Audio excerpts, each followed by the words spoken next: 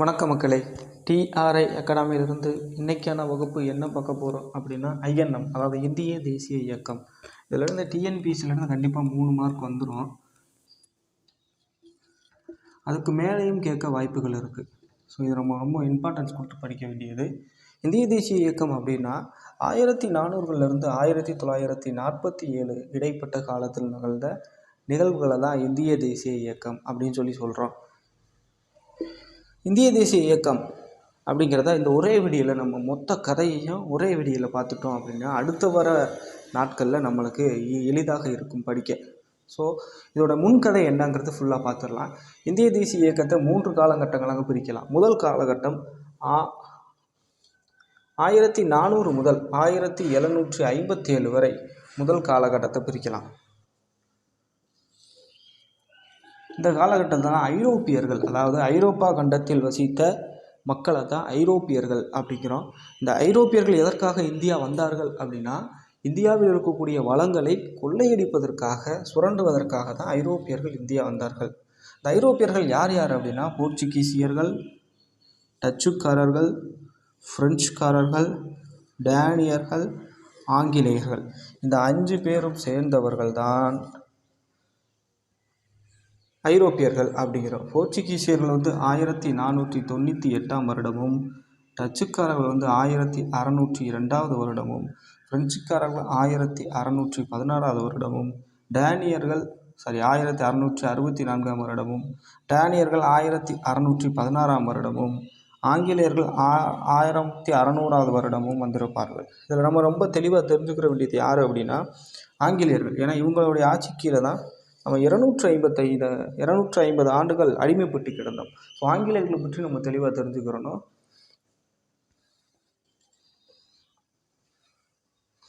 இப்போ ஆங்கிலேயர்கள் இந்தியாவில் ஒரு கிழக்கிந்திய கம்பெனி ஸ்டார்ட் பண்ணலாம் அப்படின்னு சொல்லி ஒரு முடிவு எடுக்கிறாங்க. அந்த முடிவுக்காக 1600 இந்தியாவில் ஆட்சி செய்தவர் முகலாய மன்னர் தான் ஜஹாங்கீர். ஸோ அவர்கிட்ட பெர்மிஷன் வாங்கணும். ஸோ பெர்மிஷன் வாங்குறதுக்காக 1608வது வருடம் வில்லியம் ஹாக்கிங்ஸ் அப்படிங்கிறவர் ஜஹாங்கீர்கிட்ட பெர்மிஷன் வாங்குறதுக்காக வருவார். பட் ஜஹாங்கீர் அனுமதி தர மறுத்திருப்பார். ஏன் அப்படின்னா இந்த டயத்தில் ஆங்கிலேயர்களை விட போர்ச்சுகீசியர்கள் ரொம்ப ஸ்ட்ராங்காக இருப்பாங்க. ஸோ இவங்களுக்கு உதவி பண்ணுறத விட நம்ம போர்ச்சுகீசியர்களுக்கு உதவி பண்ணால் நம்மளுக்கு பின்னாட்களில் ரொம்ப உதவியாக இருக்குன்னு சொல்லி ஜஹாங்கீர் மறுத்திருப்பார். ஆனால் இதுக்கு இடைப்பட்ட வருடத்தில் போர்ச்சுகீசியர்களுக்கும் ஆங்கிலேயர்களுக்கும் போர் நடந்திருக்கும். இந்த போரில் ஆங்கிலேயர்கள் ஜெயிச்சிருப்பாங்க. ஸோ இதனால் ஆங்கிலேயர்கள் கொஞ்சம் வலுவான நிலைக்கு வந்துட்டாங்கன்னு சொல்லி நம்பி ஜஹாங்கீர் 1613 அனுமதி வழங்கியிருப்பார் கிழக்கிந்திய கம்பெனி வணிக மையத்தை ஆரம்பிக்கிறதுக்கு. இவங்களுடைய முதல் வணிக மையம் மசூலிப்பட்டினத்தில் ஆங்கிலேயர்கள் ஆரம்பிச்சிருப்பாங்க. ஸோ அனுமதி வழங்கப்பட்ட ஆண்டு 1613. எந்த இடம்? மசூலிப்பட்டினம். இது ஆங்கிலேயர்களை பற்றி. அதுக்கப்புறம் இதுக்கு இடைப்பட்ட காலத்தில் இந்த 1600லேருந்து 1757 வரை இடைப்பட்ட காலத்தில் ஆங்கிலேயர்கள் சில பகுதிகளில் தொழிலகங்கள் அமைப்பது, சில பகுதிகளில் கைப்பற்றுவது, இந்த மாதிரியான விஷயங்கள்ல தான் இருந்துச்சு. எப்போ 1757 பிளாசி போர் ஒரு போர் நடக்கும். அந்த போருக்கு அப்புறம் தான் ஆங்கிலேயர்கள் மிகப்பெரிய ஒரு சக்தியாக மாறிச்சு. ஏன் அப்படின்னா வங்காளத்துடைய அரசர்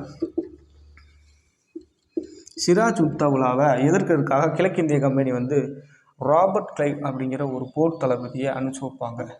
இவங்க 2 பேருக்கு இடையில போர் நடக்கும், பிளாசி போர். அதில் ராபர்ட் கிளைவ் ஜெயிச்சிருவார், ஜஹாங்கீர் தோற்றுருவார். ஸோ ராபர்ட் கிளைவ் என்ன பண்ணுவார்? ஜஹாங்கீர் அதில் ராபர்ட் கிளைவ் ஜெயிச்சிருவார், சிராஜ் உத்தவுலா தோற்றுருவார். ஸோ ராபர்ட் கிளைவ் என்ன பண்ணுவார் அப்படின்னா 2,25,00,000 ரூபாயை 1757 முதல் 1760 வரை இந்த இடைப்பட்ட 3 வருடங்களில் வாங்கியிருப்பார். 2,25,00,000 ரூபாய்ங்கிறது இப்பயே அதிகம். அப்போ 300 வருடங்களுக்கு முன்பு பார்த்துக்கோங்க, அது எவ்வளோ பெரிய தொகை. ஸோ இந்த வந்த தொகை மூலயமா ஆங்கிலேயர்கள் பல இடங்களில் தங்களுடைய கம்பெனிகளை விரிவுபடுத்துகிறாங்க, ஆளுமைகளை அதிகப்படுத்துகிறாங்க. ஸோ இந்தியாவில் ஒரு வலுவான அமைப்பாக மாறுது. ஸோ முதல் காலம் பார்த்துட்டோம், 1400 முதல் 1757, அதாவது பிளாசி போர் வரை. இந்த காலகட்டத்தில் என்னென்ன நிகழ்வு இருந்துச்சு? ஐரோப்பியர்களுடைய வருகை, ஆங்கிலேயர்கள் கிழக்கிந்திய கம்பெனி ஸ்டார்ட் பண்ணது, பிளாசி போர். முதல் காலகட்டம் முடிஞ்சு. அடுத்து 2வது காலகட்டம் 1757 முதல் 1857 வரை, அதாவது பிளாசி போரிலிருந்து பெரும் கழகம் வரை. இதை இடைப்பட்ட காலத்தை தான் இரண்டாவது காலகட்டமாக பிரிக்கிறோம். ஃபஸ்ட்டு முகலாயர்கள் ஆட்சிக்கு முன்னாடி வரைக்கும், முகலாயர்கள் ஆட்சி வரைக்குமே நிலவருவாய் வந்து ஒரு குறிப்பிட்ட பங்கத்தான் அரசுக்கு நம்ம நிலவருவாயை கொடுத்துட்டு இருந்தோம். ஆனால் ஆங்கிலேயர்கள் வந்ததுக்கப்புறம் நிலவருவாய் என்னாச்சு அப்படின்னா, நான் நிலவருவாய் கொடுக்குறதுக்கு கடன் வாங்கணும், அந்த கடனை திருப்பி தரதுக்காக என் நிலத்தை நான் வந்து அடமானம் வைக்கிற இந்த சூழ்நிலை மாறிச்சு. இதனால் பல பேர் விவசாயிகள் வந்து வஞ்சிக்கப்பட்டார்கள், நசுக்கப்பட்டார்கள். அதனால் பல கிளர்ச்சிகள் நடைபெறும். அந்த கிளர்ச்சிகள் என்ன அப்படின்னா, பழங்குடியின மற்றும் விவசாயிகள் கிளர்ச்சி.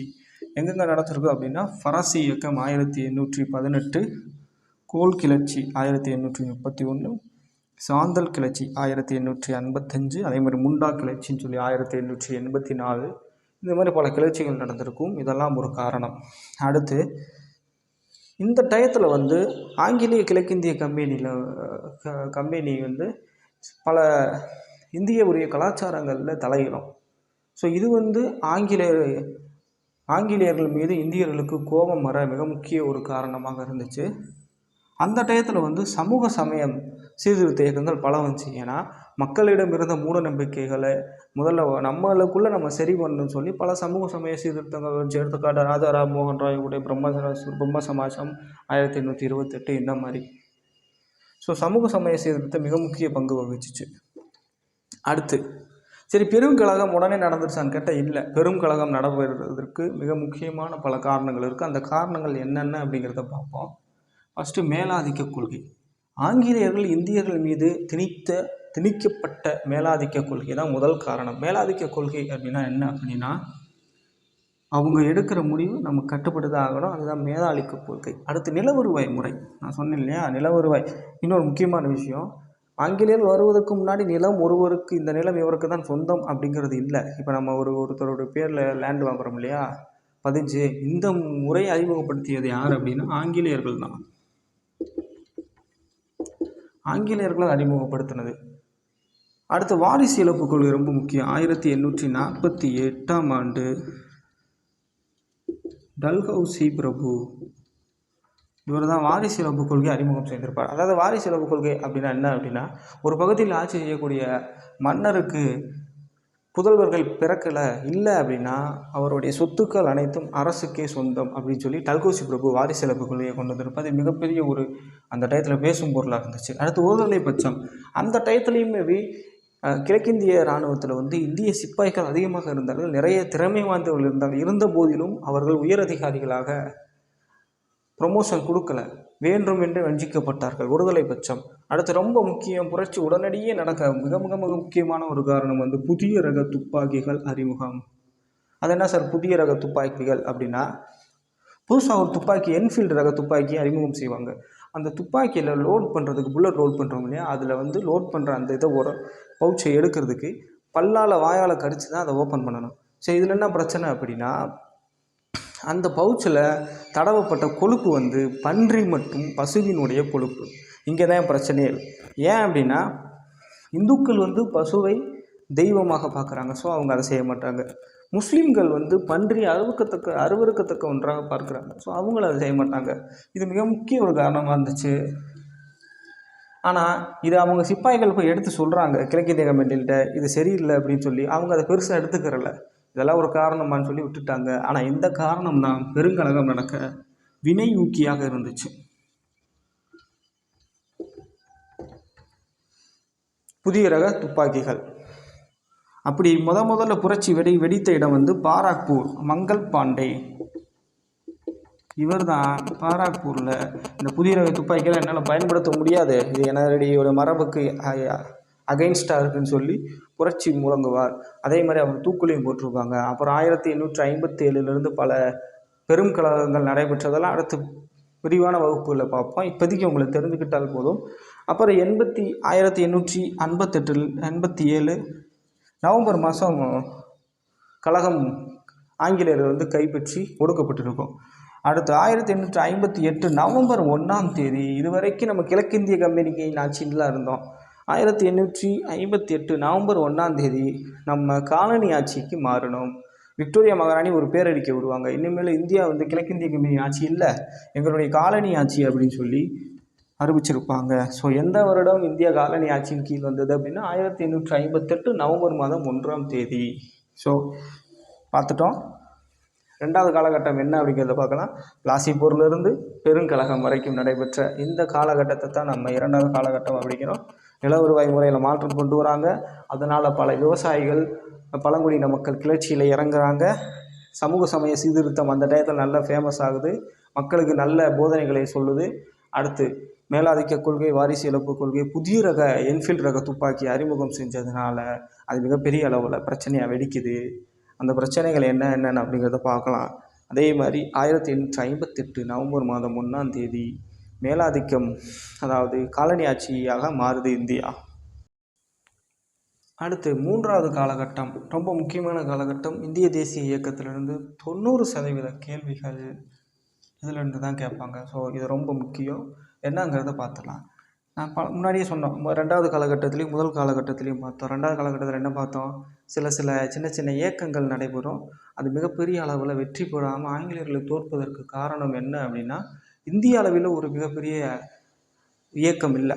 அந்த டயத்தில் தான் 1885ஆம் ஆண்டு டிசம்பர் மாதம் இந்திய தேசிய காங்கிரஸை ஏஓ ஹியூம் அப்படிங்கிறவர் நிறுவியிருப்பார். இதன் முதல் தலைவர் யார் அப்படின்னா WC பானர்ஜி. ஸோ இந்திய தேசிய காங்கிரஸ் நிறுவப்பட்ட வருடம் 1885. முதல் தலைவர் WC பானர்ஜி நிறுவிடுவாங்க. இந்த காங்கிரஸ்குள்ளேயே 3 குரூப்ஸ் இருப்பாங்க. ஒன்று மிதவாதிகள், இன்னொன்று தீவிர தேசியவாதிகள், இன்னொன்று புரட்சிகர தேசியவாதிகள். இந்த 3 பேர் என்னங்கிறத ஃபஸ்ட்டு கான்செப்டை தெரிஞ்சுக்கிறோம். மிதவாதிகள் அப்படிங்கிறவங்க படித்தவர்கள், இந்தியா ஆங்கிலேயர்களுடைய கல்வியை படித்த இந்தியர்கள். மிதவாதிகள்லாம் யார்? அவங்களுடைய மைண்ட் செட் என்ன அப்படின்னா, தங்களுடைய கோரிக்கைகளை, நம்மளுக்கான உரிமைகளை மன்றாடுவது, கடிதம் மூலியமாக கோரிக்கை அனுப்புவது, இந்த மாதிரியான விஷயங்கள் இவங்களுடைய கொள்கை. அடுத்து தீவிர தேசியவாதிகள் அப்படிங்கிறது யார் அப்படின்னா, பாலகங்காதர திலகர், லாலா லஜபதி ராய் இவங்களாம் இருக்காங்க இல்லையா? இவங்கெல்லாம் தீவிர தேசியவாதிகள். இவங்களுடைய கொள்கை என்ன அப்படின்னா, நம்மளுக்கான உரிமையை நம்ம தான் பெற்றுக்கிறணும், போராட்டம் செய்வது, இந்த மாதிரியான விஷயங்கள். அடுத்து புரட்சிகர தேசியவாதிகள். இவங்களுடைய சித்தாந்தம் வேறு. இவங்களோட சித்தாந்தம் என்ன அப்படின்னா, நம்மளுக்கான உரிமைகளை நாம் தான் பெற்று எடுத்துக்கொள்ள வேண்டும். அதாவது ஆங்கிலேயர்களை கொல்வது, ஆங்கில அதிகாரிகளை கொல்வது, அவர்களுடைய பொருட்களை சூறையாடுவது, இந்த மாதிரியான கொள்கைகளை உடையவர்கள். ஸோ 3 பேரை பற்றி உங்களுக்கு தெரிஞ்சிருக்கோம். மிதவாதிகள்லாம் யார், தீவிர தேசியவாதிகள்லாம் யார், புரட்சிகர தேசியவாதிகள் யார். இவங்களுடைய காலகட்டத்தை பார்ப்போம். 1885 இந்திய தேசிய காங்கிரஸ் நிறுவப்பட்ட வருடம் 1905 வரைக்கும் மிதவாதிகள் அப்போ ஸ்டார்டிங்கில் அவங்க தான் இருந்திருப்பாங்க, ரொம்ப முக்கிய பங்காற்றியிருப்பாங்க. மிதவாதிகள் எந்த டயத்தில் ரொம்ப பேசும் பொருளாக ஆவாங்க அப்படின்னா, 1905 வங்க பிரிவினையை ஹர்ஷன் பிரபு அறிவிச்சிருப்பார். ஹர்ஷன் பிரபு வங்க பிரிவினை அறிவிச்சார். அதாவது என்ன வங்க பிரிவினை அப்படின்னா, வங்காளத்தை 2ஆக பிரித்து இந்து முஸ்லீம்களுக்கு இடையே பிரிவினையை உண்டாக்குவதற்காக ஹர்ஷன் ஒரு திட்டத்தை தீட்டியிருப்பார். இந்த திட்டத்தை தீட்டின ஹர்ஷனுக்கு நடந்தது வேறதாக இருக்கும். ஆனால் இந்து முஸ்லீம்கள் ஒன்றிணைஞ்சிருப்பாங்க. இந்த வங்க பிரிவினை உருவாக்குவதற்கு காரணமாக இருந்தவர்கள் மிதவாதிகள் தான். அப்படி நம்பினவங்க யார் அப்படின்னா தீவிர தேசியவாதிகள். அதனால் என்ன ஆகுது, மிதவாதிகளுக்கும் தீவிர தேசியவாதிகளுக்கும் மிகப்பெரிய ஒரு கருத்து வேறுபாடு ஏற்படுது. 1907ஆம் வருடம் சூரத் மாநாட்டில் காங்கிரஸ் 2ஆக பிரியுது. ஒன்று மிதவாதிகள் தலைமையில் ஒன்றாகவும், தீவிர தேசியவாதத்தின் தலைமையில் ஒன்றாகவும் பிரியுது. ஸோ 1907. சரி, இந்த டயத்தில் தீவிர தேசியவாதம் முடிஞ்சு 1907க்கு பின்பு அப்போ தான் புரட்சிகர தேசியவாதம் வருது. யார்? பகத்சிங், கல்பனா தத், சூர்யா சென் இவங்கெல்லாம் தங்களுடைய உரிமைகளை தாங்கள் தான் மீட்டு எடுக்க வேண்டும், அதுக்கு போர் தொடுப்பது, கலகம் செய்வது, இந்த மாதிரியான வழிகளில் போனவங்க. இப்போ 1905 வங்கப்பிரிவினை வந்துச்சுன்னு சொல்லல. அந்த வங்கப்பிரிவினை தான் சுதேசிய இயக்கம் நடைபெறுவதற்கு வினையூக்கியாக இருந்துச்சு. ஸோ சுதேசிய இயக்கம் நடைபெற வினையூக்கியாக இருந்தது எது அப்படின்னு கண்டிப்பாக கொஸ்டினில் கேட்பான். அதுக்கு ஆன்சர் வங்கப்பிரிவினை. ஸோ சுதேசி இயக்கம் 1905 1911 வரை. அது என்ன சார் சுதேசி இயக்கம் அப்படின்னா, சுதேசி அப்படிங்கிற ஒரு டேர்ம்ஸ் என்ன அப்படின்னா, ஒருவருடைய சொந்த நாடு, அவர் நாட்டின் மீது பற்றுக்கொள்வது அல்லது அவர் நாட்டில் உற்பத்தி செய்யக்கூடிய பொருட்களை அவர்கள் பயன்படுத்துவது, அந்நிய பொருட்களை புறக்கணிப்பது, இதுதான் சுதேசிய இயக்கம். எப்போ 1905 1911 ரொம்ப முக்கிய சுதேசிய இயக்கம். ஸோ இப்போ பார்த்துட்டோம். இப்போ 3 இதை பார்த்துட்டோம். அதுக்கப்புறம் தான் காந்தியடிகள் வராரு. 1915 காந்தியடிகள் இந்தியா வரார். வந்து இந்திய தேசிய காங்கிரஸ் அதற்கு தலைமை ஏற்கிறார்.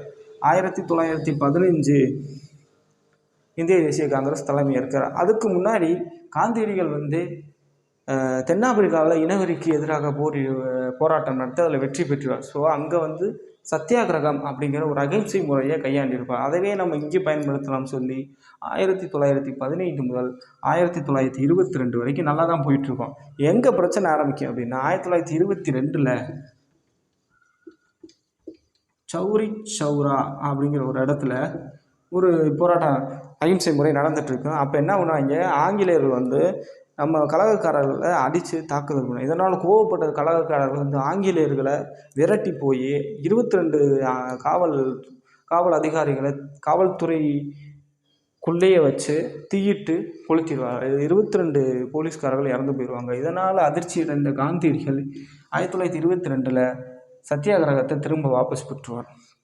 1920 முதல் 30 வரை இந்த காலகட்டத்தில் வாபஸ் பெற்றதுனால சோசியலிச கொள்கை ரொம்ப ஃபேமஸ் ஆகும். அதாவது சோசியலிச கொள்கை அப்படின்னா இந்திய கம்யூனிஸ்ட் கட்சி 1925 ஸ்டார்ட் பண்ணியிருப்பாங்க. அடுத்து 1930 40 வரைக்கும் தனிநபர் சத்தியாகிரகம், உப்பு தண்டி யாத்திரை, மட்டமிசை மாநாடு, இந்த மாதிரி காந்தி இர்வின் ஒப்பந்தம், சில முக்கியமான நிகழ்வுகள்லாம் இந்த வருடங்களுக்கு இடைப்பட்டதனால இருக்கும். அடுத்து 40 47 வரைக்கும் ரொம்ப முக்கியம். இந்த இதில் தான் மிகப்பெரிய நம்மளுக்கு இந்த விடுதலை வாங்கியே ஆகணும் அப்படின்ற ஒரு நிர்பந்தம் வந்தது. 1942 டூ ஆர் டை அப்படின்னு சொல்லி காந்தியடிகள் முழங்கியிருப்பார். செய் அல்லது செத்துமடி. இதுக்கப்புறம் இந்திய தேசிய இயக்கம் மிகப்பெரிய அளவில் ஒரு வினையோக்கியாக செயல்பட்டு 47 விடுதலை கிடச்சிருக்கோம். ஸோ 3வது காலகட்டம்னா என்ன, 1857 1947 பெருங்கலத்துக்கு அப்புறம் நம்ம காலனி ஆட்சியாக மாறியிருப்போம் 58. அதிலிருந்து நம்ம விடுதலை வாங்கின வரைக்கும் அந்த டயத்தில் இந்திய தேசிய காங்கிரஸ் நிறுவியிருப்பாங்க 85. அதுக்கப்புறம் மிதவாதிகள், தீவிர தேசியவாதிகள், புரட்சிகர தேசியவாதிகள் வந்திருப்பாங்க. அதுக்கப்புறம் காந்தியடிகள் தலைமை ஏற்றிருப்பார். அதுக்கடுத்து இந்த காலகட்டங்கள்லாம் பிரிச்சிருக்கோம். இந்த காலகட்டத்துக்கு அப்புறம் விடுதலை கிடச்சிருக்கோம். ஸோ இப்போ 3 தான் பிரிச்சிருக்கோம். ஒன்ஸ் ரிவிஷன் பார்த்துடலாம். முதல் காலகட்டம் 1400 முதல் 1757, அதாவது பிளாசி போர் வரைக்கும். ஐரோப்பியர்கள் வருகை, பிளாசி போரில் ஒரு பெரும் தொகை கிடைக்கும். அது மூலயமா ஆங்கிலேயர்கள் நல்லா ஸ்ட்ராங்காக மாறுவாங்க. அடுத்து 1757 1857, அதாவது பிளாசி போர்லேருந்து பெருங்கலகம் நடைபெற காரணங்கள் என்ன அப்படிங்கிறத பார்த்தோம். அதாவது புதிய ரக துப்பாக்கிகள். அதுக்கடுத்து 58 என்ன ஆகும், காலனி ஆட்சியாக மாறி இருக்கும். அடுத்து 1857 1947 வரைக்கும் 3வது காலகட்டம். இந்த காலகட்டத்தில் தான் இந்த நிகழ்வுகள்லாம் பார்த்தோம். நம்மளை ஃபுல் டாப்பிக்கையும் ஒரே கதைக்கீழே நம்ம கொண்டு வந்துட்டோம். அடுத்தடுத்த வகுப்புகளில் நம்ம இந்த கதை ஏன் இன்றைக்கி சொன்னோம் அப்படின்னா, இது உங்களுக்கு ஞாபகத்தில் இருந்தாலும் அடுத்தடுத்த வகுப்பு நடக்கும் அந்த பீரியட்ஸ் நான் வரும், என்னென்ன நம்ம கதை நான் வரப்போ உங்களுக்கு ரொம்ப ஈஸியாக இருக்கும். இதற்கான PDF நான் கீழே டிஸ்கிரிப்ஷனில் கொடுத்துட்றேன், வேணும்னா பார்த்துக்கோங்க. அதே மாதிரி ஒரு குறளோடு நம்ம முடிச்சுக்கிறலாம். சென்ற இடத்தார் செலவிடாது தீதுரி நன்றின்பால் உய்ப்பது அறிவு. அதாவது போட்டித் தேர்வுக்கு படிக்கிறவங்க இருந்தாலும் சரி, இல்லை எந்த துறையை சார்ந்தவங்களாக இருந்தாலும் சரி, நம்ம அந்த துறையில் ஜெயிக்கணும் அப்படின்னா நம்ம மனசை அது போகிற போக்குகளை நம்ம கட்டுப்படுத்த விடக்கூடாது, நம்ம தான் கட்டுப்படுத்தணும். ஸோ நம்ம மனதை நம்ம கட்டுப்படுத்தினாலே நம்ம அந்த துறையில் வெற்றி பெற்றலாம். அதுதான் இன்றைக்கான குறளை பார்க்குறோம். ஓகே, இதுக்கான PDF நான் கீழே கொடுத்துட்டு மறக்காமல் பார்த்துக்கோங்க. வீடியோ எங்கேயா ஃபாஸ்ட்டாக போகிற மாதிரி இருந்துச்சு அப்படின்னா பாஸ் பண்ணி பார்த்துக்கோங்க. அடுத்த வகுப்பில் பார்ப்போம். அது வரைக்கும் நன்றி, வணக்கம்.